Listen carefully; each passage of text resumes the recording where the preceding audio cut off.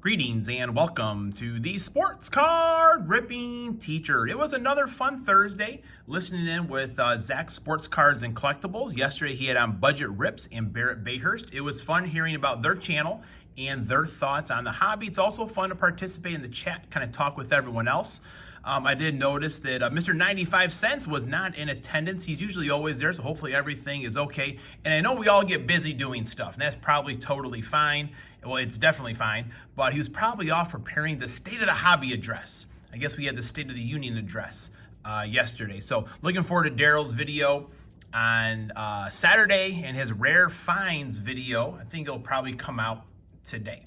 All right, class is in session. Today is January 7th, 1980. No, it's really not. We didn't go back in the DeLorean or anything here today, folks, but today I have a VR for JR Collects, and he has a 400 sub VR contest, and he wants to know who are some famous athletes born on your birthday.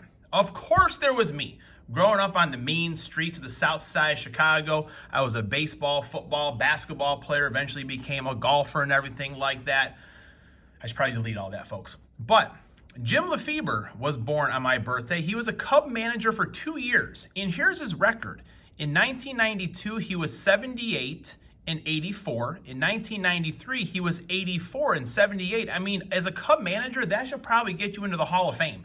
And I don't really remember what happened. I was 13 years old when that happened, but why he didn't come back. And I kind of remember the end of that 93 season. They kind of came on strong, made a little bit like a playoff push. But if you manage a winning Cubs team, you probably should quit while you're ahead. The next was the Fonz. That's right, Alfonso Soriano. He was a Cub for 7 years, and he had 181 home runs as a Cub, and he had 526 RBIs. Not too bad. He had a 264 batting average. His stolen bases were down as a Cub, though. He was pretty, fast running earlier in his career. He had 70 stolen bases, but that was about half the amount he had in his first 7 years in the majors. Next up is Johnny Lester, we've got a Cubs theme going here today, folks. He was a Cubs pitcher for 6 years, 70 wins, 44 losses, and a 3.6 ERA, and he was crucial to the Cubs winning the World Series in 2016. Next, you may not know of this person, but Natalie Gulbis. Natalie Gulbis is a professional golfer.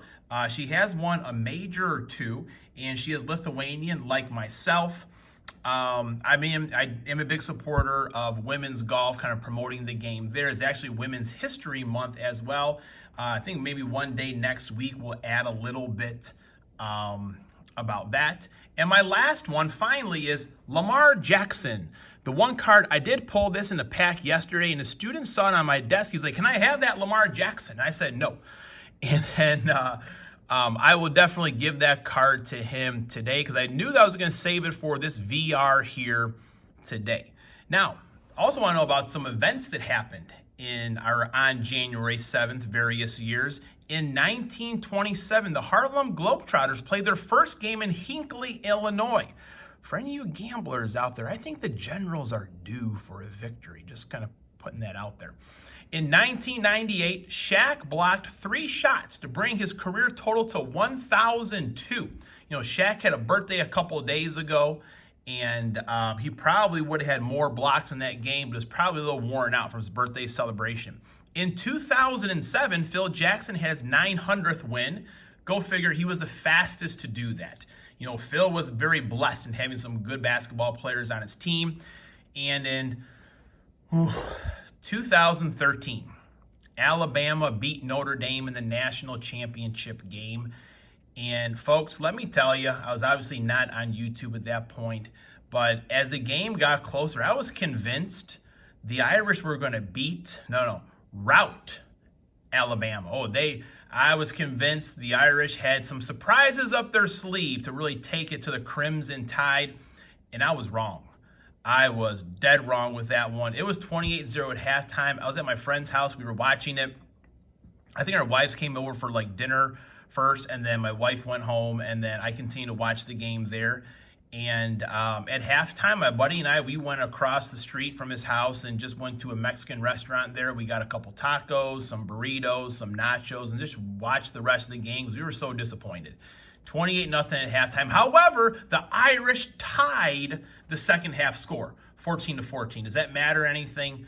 No, it doesn't. But one of the things I remember most from that game is looking at the sidelines. Over on the other side, Eddie Lacy was on that side, just running over people. And Alabama had running back after running back that looked like grown men, grown, strong men. And when we looked at the Notre Dame sideline, of course, Manti Te'o was there, quite a few other really good ball players that Brian Kelly had brought in. But the backups Notre Dame had were your typical Irish Catholic kids, kind of like myself. They were, well, without the orange hair. They were short, they were scrawny, they were super skinny, and red and orange hair just walking around. I'm like, how are we going to compete? Now, Brian Kelly, I got a lot of criticism about him for different things that happened, but one thing he did, and he wasn't a great recruiter, but he had some really good recruiting classes, especially in backup roles. So, man, that 2013, that brought up some bad memories, RJ collects. However, I really enjoyed doing this VR. So, folks, if you want to take a look at your birthday to see what famous people were born, go ahead and enter his contest. I think he also had, which is cool, if you don't have a channel, you can also just email him, or in the comments, you can participate as well. So I think that's fun. There's a lot of really great commenters out there. I've seen Robert Springs on some other people's. Wildcat is a big sponsor of ours, doesn't have his own channel, but always out there commenting on other people. So kind of the unsung heroes of YouTube. All right. We're going to get into, folks, we're going to go downtown hunting here in a little bit. There's probably nothing in there, but here's our last pack of Packers. And this is the one that I opened to preview when it came last week. Now, we have a couple of these packs left, and I have them kind of designated for a couple certain days. So we'll be seeing more from a Glove and Beyond TV. But here we go. Aaron Rodgers. Yeah, who had more skills than Aaron Rodgers? Nobody. Man, he could throw it on a dime. Did not get all the playoff success that we always hoped for, but what are you going to do? James Jones hoodie. There was a time when James Jones was wearing a hoodie underneath his uniform and kind of flapping over there, and that was his nickname, Hoodie, for a while. I kind of feel like they would have had him cut it off or whatever, but they never did. So James Jones, awesome wide receiver, and I do like how on the NFL Network, he's always picking the Packers, and that's why I love. Our homers got to remain homers. I got no problem with that. This is awesome right here. Woo! 15 out of 50, Jordy Nelson jersey. Just beautiful, out of museum collection back when Topps was still doing football cards, but that is beautiful. Jordy Nelson, shout out to David from Jordan Cali Squad. I know that's one of his favorites as well. He's been commenting on a lot of these videos here. And the Clay Maker right there, Clay Matthews. Man. All right, folks, this has been a real treat, and this is how patches should look. MVS, Marquez Valdez-Scantling. I mean, look at that. That is from, I think it's the Packers, Acme Packer jerseys, but I mean, look at that. That is how it's supposed to be. I got that Corbin Carroll the other day, and it was probably off of my Red Bull sweatshirt here, I think. That is beautiful, beautiful. Another Jordy Nelson.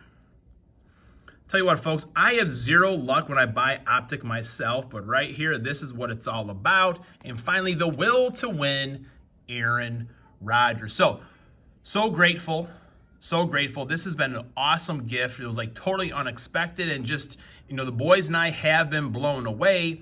I've given, or they've taken some cards more or less, but just out of this world. Thanks again, Glove and Beyond TV. If you've not subbed them up, make sure you are doing so ASAP.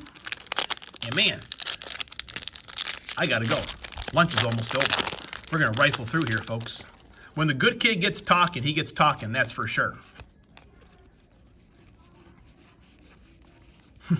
I've got 1 minute before the students start coming back here from lunch. I told you we weren't going to get downtown today. I told you so. I told you so. Prove me wrong. Prove me wrong. Prove me wrong. Prove me wrong. Oh, another Lamar Jackson. I'll be sure to wish him happy birthday next year. Class is dismissed.